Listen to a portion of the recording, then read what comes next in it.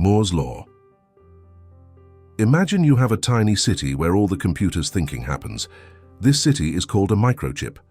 Now, Moore's Law is like a prediction about this city. A long time ago, a man named Gordon Moore noticed that every 2 years you can fit twice as many buildings, or transistors, which are like tiny switches that do the computer's thinking, into the same space in the city.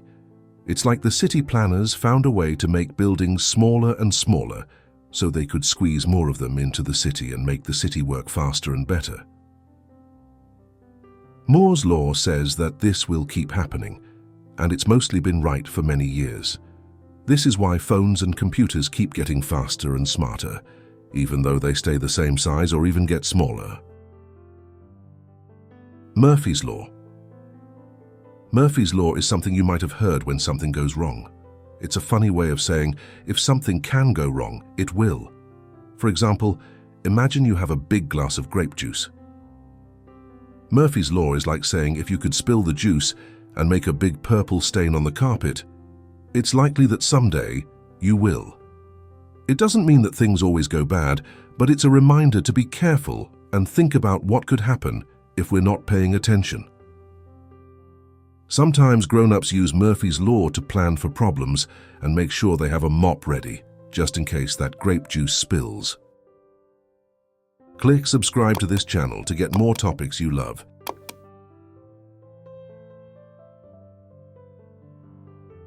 Parkinson's Law. Parkinson's Law is about how long we take to do things. Imagine you have 1 week to clean your room. Even if it's not a big mess, you might end up using the whole week to do it. Now, if you had only 1 day to clean the same room, you'd probably get it done in that 1 day. Parkinson's Law says that work expands to fill the time we have to finish it. If we have a lot of time, we take a lot of time. If we have a little time, we get it done quicker. This law reminds us to set good deadlines and try not to let small tasks stretch out too long. Pareto Principle. Imagine you're really good at building sandcastles. Because you're so good, you get a special badge and now you're in charge of a team building sandcastles.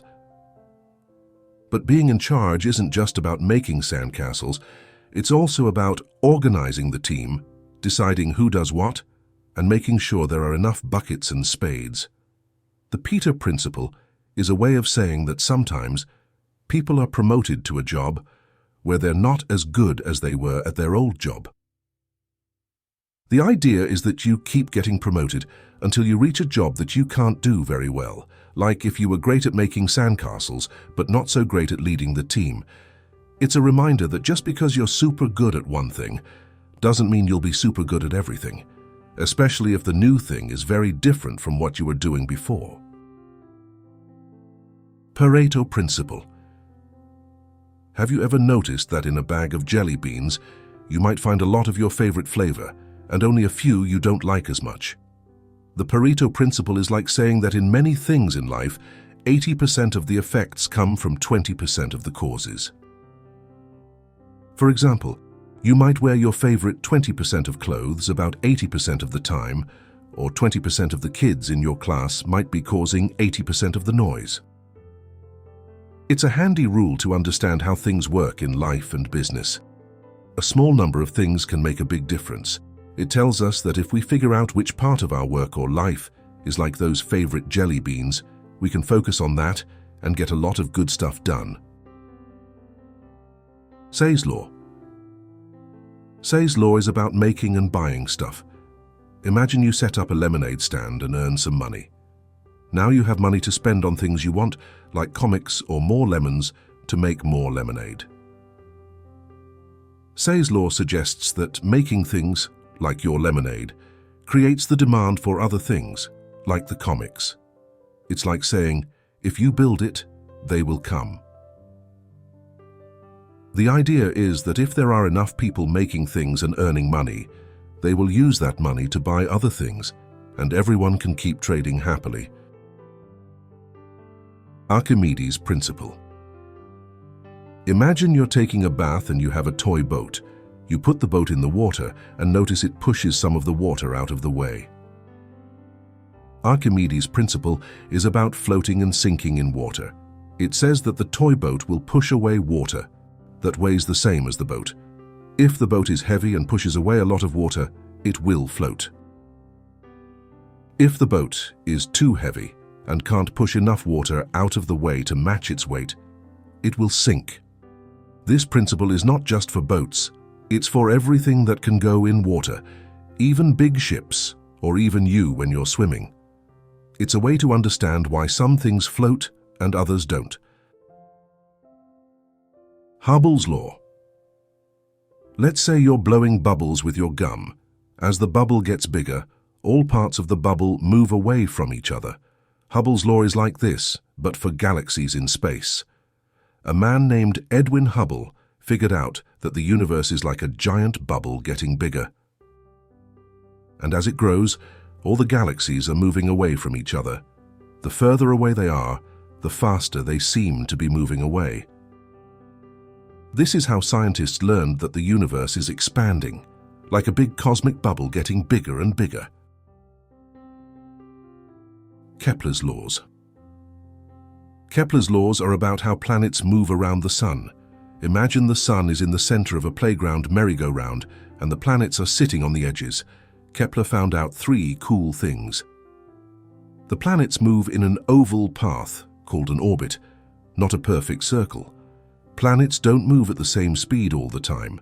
They go faster when they are closer to the sun and slower when they are further away. If you compare how far away 2 planets are from the sun and how long it takes them to go around the sun, there's a special pattern. The further away a planet is, the longer it takes to complete its orbit. Kepler's laws help us predict where planets will be at any given time, which is super helpful for sending spacecraft to other planets. Newton's law of universal gravitation. Have you ever wondered why apples fall straight down from a tree? Newton's law of universal gravitation explains this. It says that every object pulls on every other object with a force called gravity. The bigger the object, the stronger the pull. This is why we stick to the Earth. It's so big that its gravity pulls us toward it. This law also says the further away 2 objects are, the weaker the pull will be. That's why astronauts float in space. They are far away from Earth, so its pull isn't as strong. These laws show us how things work, from tiny atoms to huge planets.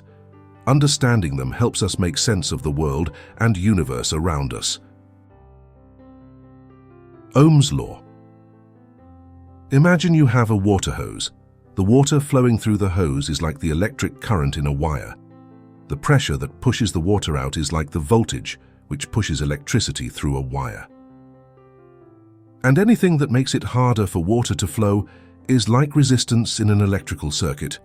Ohm's law tells us that the amount of electric current that flows, just like the water, is directly related to the voltage, the push, and inversely related to the resistance, anything that makes it harder to flow.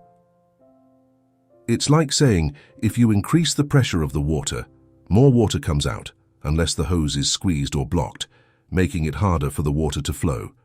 In the same way, more electric current will flow if the voltage is higher or the resistance is lower. This law helps us understand and design all sorts of electrical things, like how bright a lamp will be, or how fast a toaster will toast your bread. Darcy's law. Darcy's law is about how water moves through the ground. Suppose you pour water on the sand at the beach. The water doesn't just sit there, it soaks into the sand and moves down. Darcy's law helps us understand how fast the water will move through the sand, or any other stuff underground. It says the water will flow faster if there's a bigger difference in height from where you pour it to where it comes out, and it will flow easier through sand that's loose and coarse than through tight, fine sand. This law is really important for figuring out things like where to get water for our homes and how to clean up spills that soak into the ground. Faraday's law of electromagnetic induction. Faraday's law is a bit like magic. Imagine you have a coil of wire and a magnet.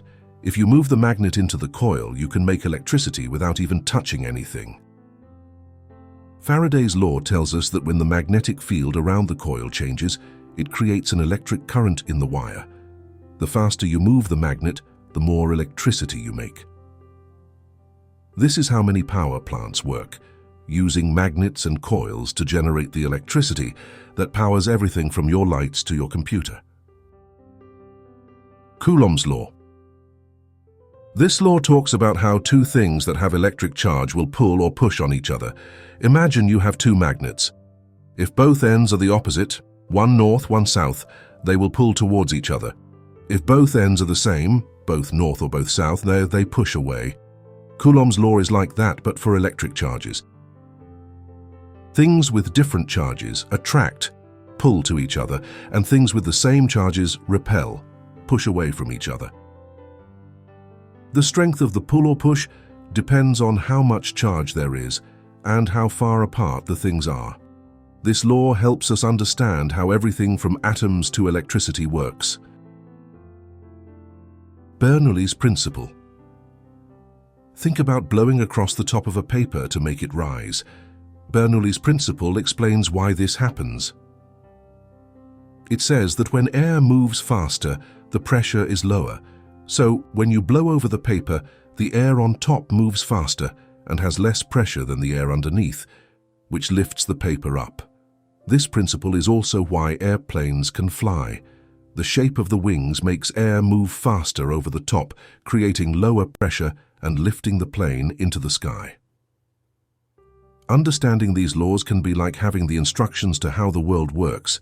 They help us to predict what will happen in different situations, whether we're playing with water, using electricity, or flying in an airplane.